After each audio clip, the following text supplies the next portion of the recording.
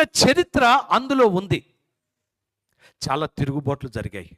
భూమి మీద చాలా చాలా రకాలైన యుద్ధాలు జరిగాయి 400 సంవత్సరాల్లో.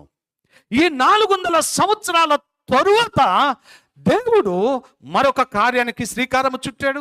మత్తయి దాన్ని అందిస్తూ ఉన్నాడు. మత్తయి అందిస్తూ యేసు ప్రభు వారి యొక్క పుట్టుకను గురించి వివరిస్తున్న క్రమంలో యేసును పరిచయం చేస్తున్నాడు. ఎలా పరిచయం చేస్తున్నారంటే ఇమ్మాన్యుయల్, హల్లెలూయా, ఇమ్మానుయేలు అనేటటువంటి నామధేయముతో ప్రవక్తల ద్వారా మరి పెట్టబడినటువంటి, పిలువబడినటువంటి, చెప్పబడిన మాటలు నెరవేర్చబడుటకు ఇదంతయు జరిగెను.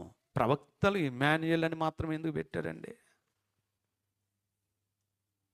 ఎందుకు Emmanuel? Again I'm saying, asking, ఎందుకు ఇమ్మాన్యుయేల్ అనే పదాన్ని పెట్టారు? ఎందుకు అంటే ఇమ్మాన్యుయేల్ అనే మాటకు దేవుడు మనకు తోడు.